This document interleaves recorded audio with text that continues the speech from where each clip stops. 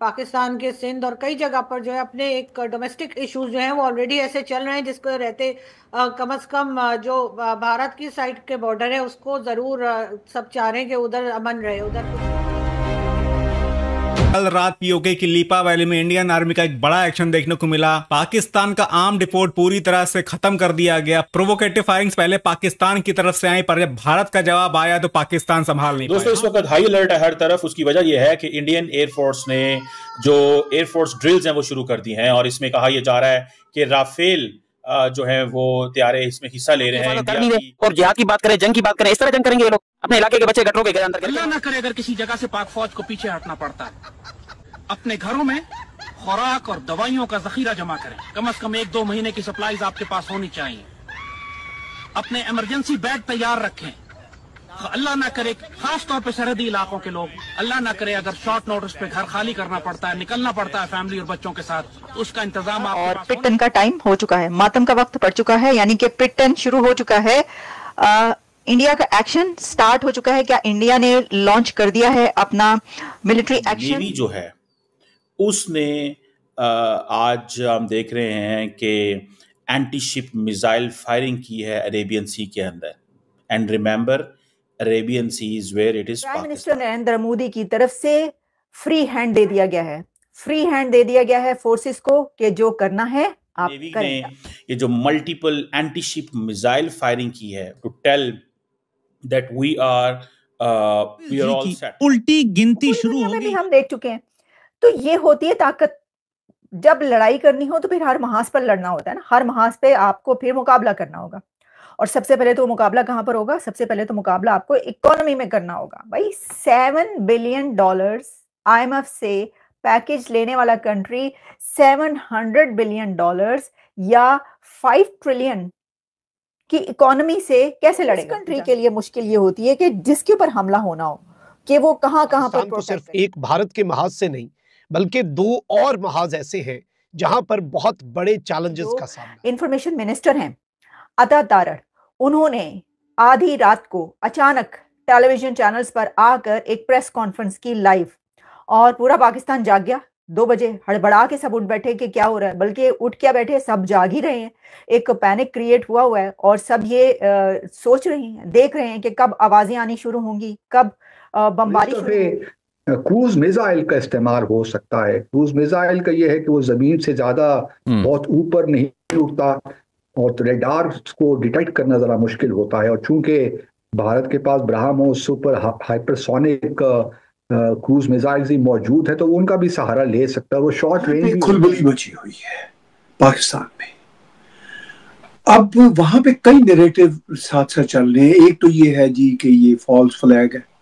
पाकिस्तान के जितने बड़े नामी ग्रामी जर्नलिस्ट हैं वो पाकिस्तान आर्मी की लाइन को नेवी ने कहा है कि we can attack any time, anywhere, any ऐसा है कि ये अभी बहुत ही घबराहट की घड़ी है, चाहे वो आसिम मुनीर हो चाहे कोई हो, और सब लोग ये मन में सोच रहे होंगे कि इस आसिम मुनीर ने हमको फंसवा दिया है, क्योंकि अभी सिचुएशन अलग है। हिंद वंदे मातरम। दोस्तों स्वागत है आपका और एक नए वीडियो में।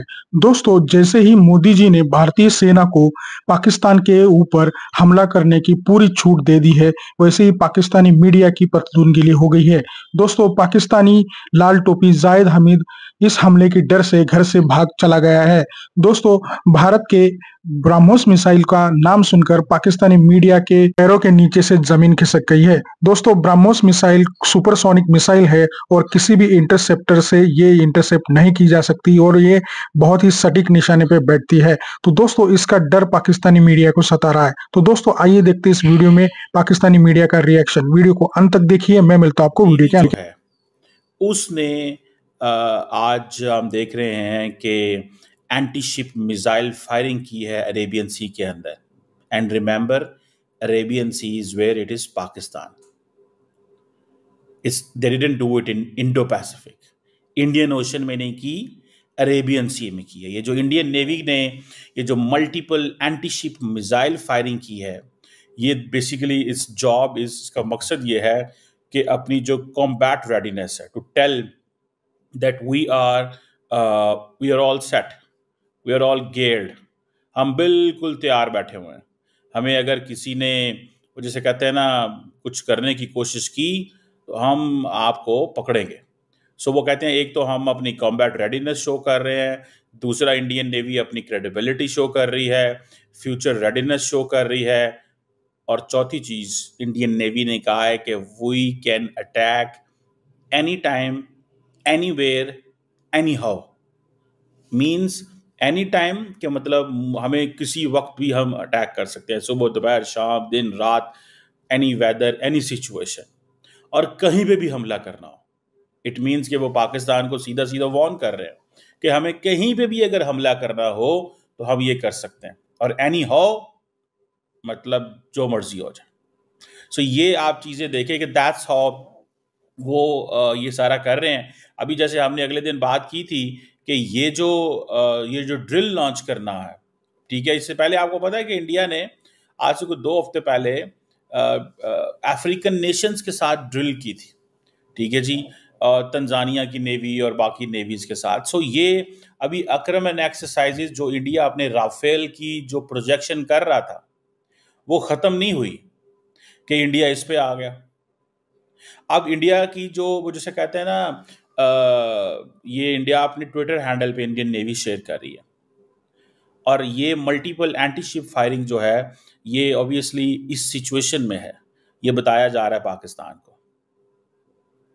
और इसका मकसद क्या है? जारी बात है, इस वक्त जो भारत और पाकिस्तान के दरमियान टेंशन है, अच्छा पाकिस्तान कुछ नहीं कर रहा, पाकिस्तान इज साइलेंट, ना कोई एयर एक्सरसाइजेस, ना कोई नेवल एक्सरसाइजेस, कुछ भी नहीं, ना ही कोई अटैक, ना ही कोई कॉम्बैट, कुछ भी नहीं, खामोशी है।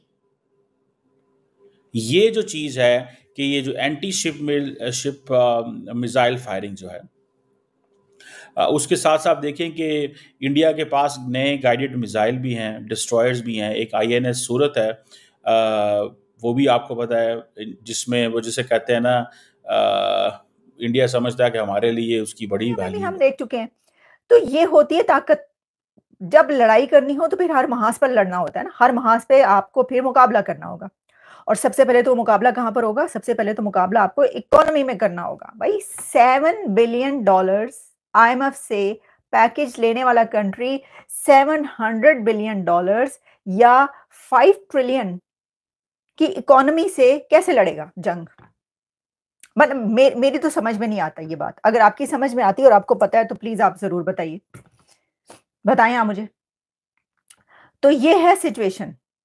और जैसा मैं आपको जरा सुनवा, अगर आप समझ रहे हैं ना कि मैं वैसे ही कह रही, नहीं, इसकी वीडियोस चल रही हैं पूरे दुनिया और इंटरनेशनल मीडिया पे चल रही हैं। वहां पर उन्होंने किया क्या है? अच्छा, ये भी किया है कि ये जो इंडियन कम्युनिटी है इसने पाकिस्तान के कहीं पर बरतानिया के हाई कमीशन के बाहर, इंग्लैंड के हाई कमीशन के बाहर, और नेपाल, क्योंकि नेपाल का भी एक सिटीजन, उसके अंदर 1 या 2 सिटीजन थे कश्मीर के इस वाक़े में, वहां पर जो जिनकी हलाकतें हुई हैं, इसलिए नेपाल ने जो वहां पर पाकिस्तान हाई कमीशन या एम्बेसी है वहां पर भी उसके सामने भी प्रोटेस्ट किया। तो जो है वो पाकिस्तान की एम्बेसीज और हाई कमीशन के सामने इंडियन कम्युनिटी जाकर जो प्रोटेस्ट कर रही है, और नेपाली। तो ये देखें, मैं आपको जो है वो जरा सुनवाई देती हूँ। अच्छा, उन्होंने वहां पर क्या किया है? वंदे मातरम और जय श्री राम ये वाले नारे लगाए, लोटा पकड़ के, लोटा और अपना वो क्या कहते हैं वो जानमाज और टोपी पहन लो और अपने निकल पड़ो और बोरिया बिस्तर समेट कर, और ये गजवा हिंद का मौका आ गया और गजवा के लिए। ये तो आप लोग ये फलस्तीन के लिए भी ये करते रहे और निकालते रहे लोगों को। कितने लोग वहां पर गए और वहां पर जाके उन्होंने जाने दी? जरा मुझे बताइएगा। इस्माइल हनिया को आपने वहां पे बुलाया, ठीक है, और कितने लोग गए वहां पर मुझे बताएं, और जाने दी? आप खुद क्यों नहीं गए? बात तो ये है। अच्छा, मुझे ये समझ में नहीं आती, जो लोग ये सबक देते हैं, ठीक है, ये कहते हैं कि जी ये हम आप लोग उधर जाएं, नौजवानों को कहते हैं कि चलो जी उठो, बोरिया बिस्तर बांधो और गजवा पे निकल पड़ो, और तुमने जो है लड़ना है अल्लाह की राह में, तो खुद क्यों नहीं? या आपके बच्चे क्यों नहीं? जो ये कहते हैं उनके बच्चे क्यों नहीं जाते ये करने? सिर्फ भाषण क्यों?